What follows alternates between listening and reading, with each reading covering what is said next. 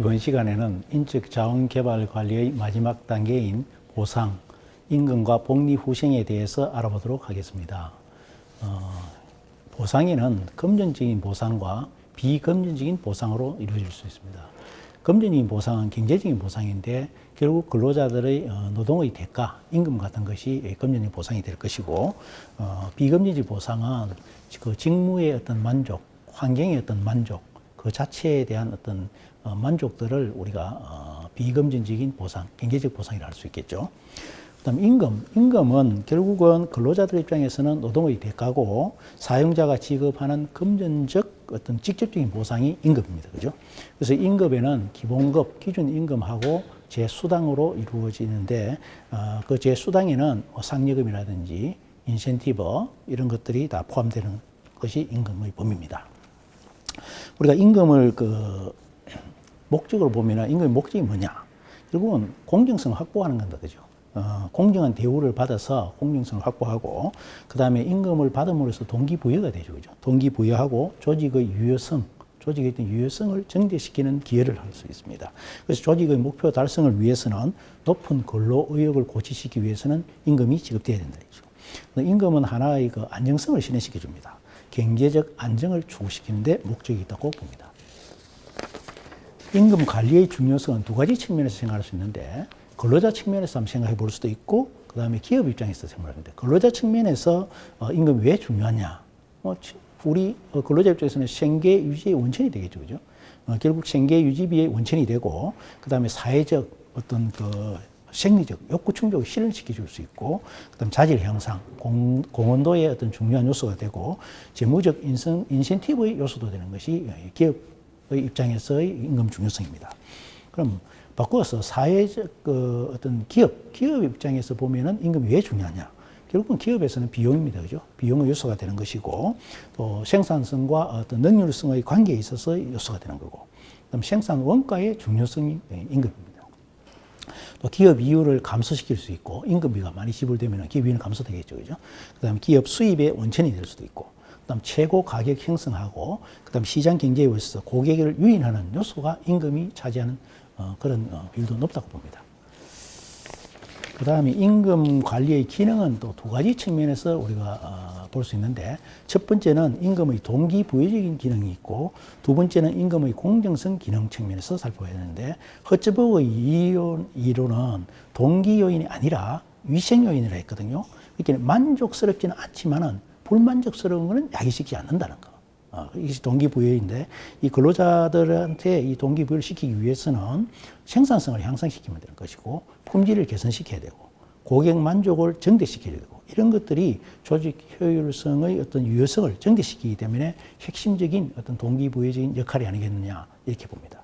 그 다음에 임금의 공정성 기능은 외부적 공정성이 있을 거고, 내부적 공정성이 있을 거고, 개인적 공정성, 이 세 가지 측면에서 보는데, 외부적 공정성은 동종업계 임금이 어떻게 되어 있느냐, 그 비교해서 경쟁력이 있으려면 같은 동종업계에서 수준을 더 저하시킬 수는 없다 이죠. 그래서 유지를 시켜줘야 되고, 또 내부적 공정성은 동일 조직 내에서는 어떤 그 상위 직무일수록 임금이 높아지는 그런 어떤 그 공정성이 유지돼야 되고, 개인적 공정성을 보면은 종업원 공정성이라고 할 수 있는데, 동일 조직 내에서 동일한 직무를 한다 이지. 동일한 직무를 하는데 어떤 사람의 어떤 경험이라든지 어떤 그 연령, 그 다음에 공헌도, 연공, 근무 연수, 성과 수준, 여기에 따라서 개인별 특성 차이로 인해서 임금이 차등을 줄 수 있다 이지. 그렇더라도 이거는 개인적 어떤 공정성을 고려해야 된다는 것이 임금의 공정성 기능으로 볼 수 있습니다.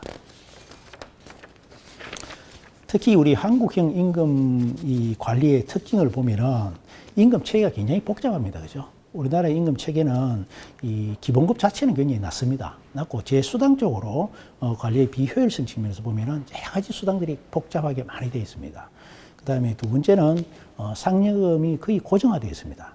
특히 이 변동성 급여로 원래 그 상여금이 그런 성격의 성질인데, 우리나라에서는 노동조합이 있어서 단체 교섭을 통해서 노동조합의 그 단체 협약서에 상여금을 일정 기간에 몇 프로까지 고정급식으로 정해놨습니다. 이러한 부분들이 굉장히 임금 관리의 특징이 되는 것이고, 또 베이스업, 중심의 성급 관리다 이지. 기본 베이스업은 굉장히 낮으면서 성급 제수당에 가서 임금을 맞춰주는 보전해주는 어떤 이런 형태로 되어 있는 것이 한국형 임금 관리의 특징이라고 볼 수 있습니다. 그래서 임금 수준 관리의 그 목적하고 관리 도구를 한번 보면은 크게 임금 수준 관리는 어떻게 해나가고 있느냐.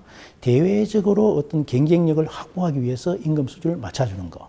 그 다음에 생계비 보장 측면에서 임금 수준을 맞춰주는 거. 두 가지 측면을 볼 수 있는데 이 생계비 보장은 최저임금제와 같이 종업원의 생활이 안정될 수 있도록 생계비 조사를 해서 거기에 노동력 재생산성을 결부시켜서 임금을 보전해 주는 거. 이런 방법이 있고 또 하나는 대외적으로 임금을 보전시켜 주는데 결국 동종업계의 경쟁력을 유지하기 위해서 대외적으로 해주는데 이는 제품 시장의 경쟁력이라든지 또 노동비의 어떤 그 효율적 통제 또 노동시장의 어떤 경쟁력 이런 것들을 전부 고려해서 외부 공정성을 확보하고 우수 인력을 유치하기 위해서 또 우수 인력을 유치해서 그걸 확보하기 위해서는 시장에 맞는 임금을 보전해 줘야 된다. 이것이 바로 임금 수준을 관리하는 측면에서 두 가지로 생각해 볼 수 있습니다.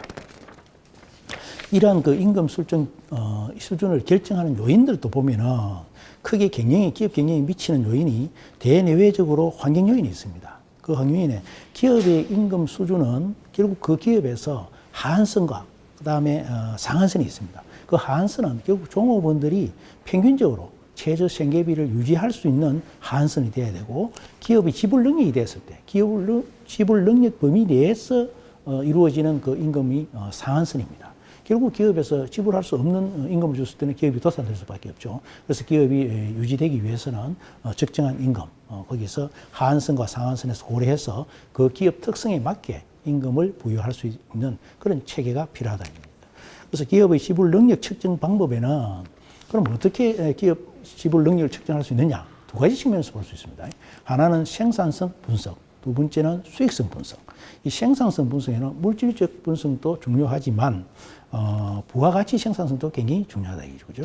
부가가치냐 물질이냐 이 두 가지 측면에서 생산성 분석을 볼 수 있고 수익성 분석은 손익 분기점 또는 원가 구성 항목에 따라서 어떻게 되느냐.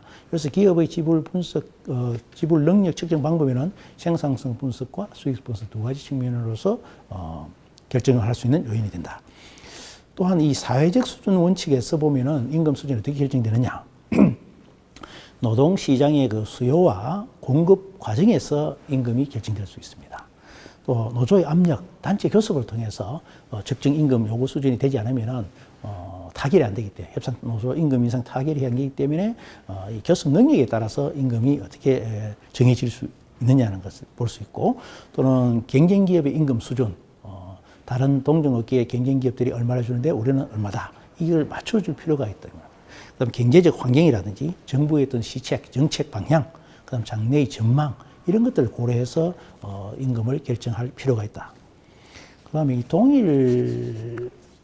동일한 노동을 하는 사람은 동일 임금을 줘야 된다는 원칙이 있습니다. 그죠? 그다음에 또 아무리 이 노동조합이 결성되어 있더라도 무노동, 무임금 원칙 이런 것들이 다 임금 결정 요인에 작용할 수 있죠. 그다음 마지막으로 그 임금 체계에 대해서 한번 보면은 임금 체계는 결정 기준을 연공급이냐, 직무급이냐, 직능급이냐 이렇게 결정할 수도 있고, 그 다음에 구성 항목에 따라서 기본급이냐, 그 다음에 부가급이냐. 기본급은 아까 얘기했지만 일률적으로 기본 베이스가 정해지는 것이고, 부가급은 각종 수당이라든지, 그 다음에 상여금, 그 다음에 퇴직금 이런 제수당들을 부가급으로 할 수 있겠죠.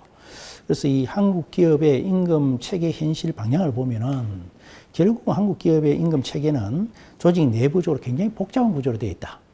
이 복잡한 구조로 되어 있는데 조직 간에 시장 간에 임금 비교, 임금 수준이 굉장히 어렵다. 그다음에 연공급 임금 제도로 되어 있고 직무 가치 중심의 임금 변화의 필요가 하다. 앞으로 전문성 있게 직무에 따른 가치 임금 체제로 바뀌는 것이 필요하다. 특히 그 임금 피크제가 많이 도입되고 있는데 건속 연수에 따라서 호봉이 임금이 자동적으로 올라가는 끝없이 올라가는 이런 제도는 연령이 어느 정도 고령화되면은 더 이상 직무 어떤 일에 대한 효율성은 떨어지기 때문에 오히려 임금을 감소시켜야 된다는 것. 능력 저하로 인한 고용 안정을 보장시키는 것이 더 바람직하겠다 해서 임금 피크제 제도를 운영하고 있습니다. 마지막으로 이 복리후생에 대해서 간단하게 말씀드리겠습니다. 복리후생의 기능은 결국은 근로생활의 안정을 찾아주고 근로의욕, 동기부여를 향상시켜 줍니다. 유능한 인재를 확보할 수 있고 또는 노사관계 안정을 찾을 수 있고 지역사회 발전과 기업 이미지를 제고시키는데 그 기능을 복리후생으로 볼 수 있겠죠.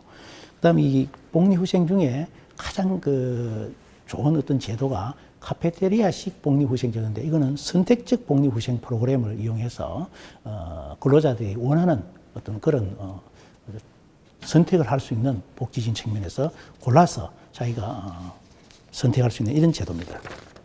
그다음에 이 복리후생 제도의 그 효과 측면에서 보면은 근로자에게 주는 이익이 있고 사용자에게 주는 이익이 있는데 근로자에게 주는 이익은 사기 진작이라든지 또는 고충을 감소시키고 그다음에 노사관계를 개선시켜주고 고용 안정과 수입의 증가, 회사 소속감을 강화시켜서 근로의욕을 고취시켜주는 이런 어떤 복지후생제도의 이익이 있고 사용자 측면에서 보면은 생산성 향상을 시켜주고 원가 절감을 시켜주고 팀워크의 의식 강화를 시켜주고 그다음에 이직률을 감소시키고 그다음에 종업원의 자발적 업무와 긍정적인 자세를 배양시켜서 목표 달성 의식을 강화시키고 기업의 이미지를 개선시키는데 이익을 주는 어떤 그런 복지후생제도의 효과가 있다고 봅니다. 지금까지 인적 자원 개발 관리에서 경력 개발, 교육 훈련, 보상, 임금과 복리후생에 대해서 알아보았습니다.